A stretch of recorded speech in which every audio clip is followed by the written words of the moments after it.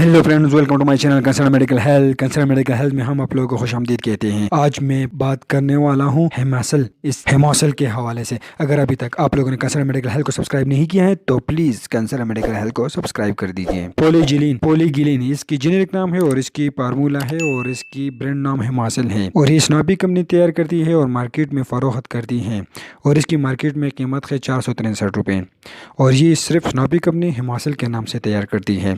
इसकी इस्तेमाल हम करते हैं जब जिस्म में खून की ज़्यादा बहाव हो जाए तो फिर हम इसका इस्तेमाल करते हैं।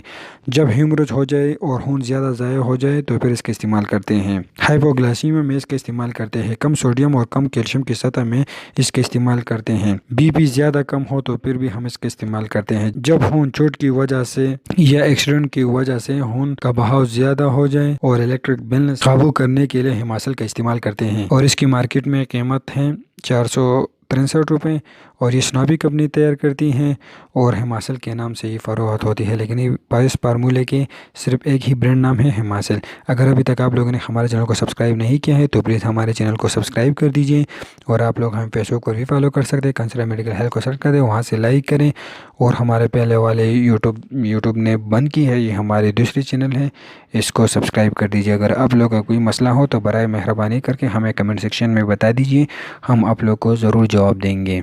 शुक्रिया।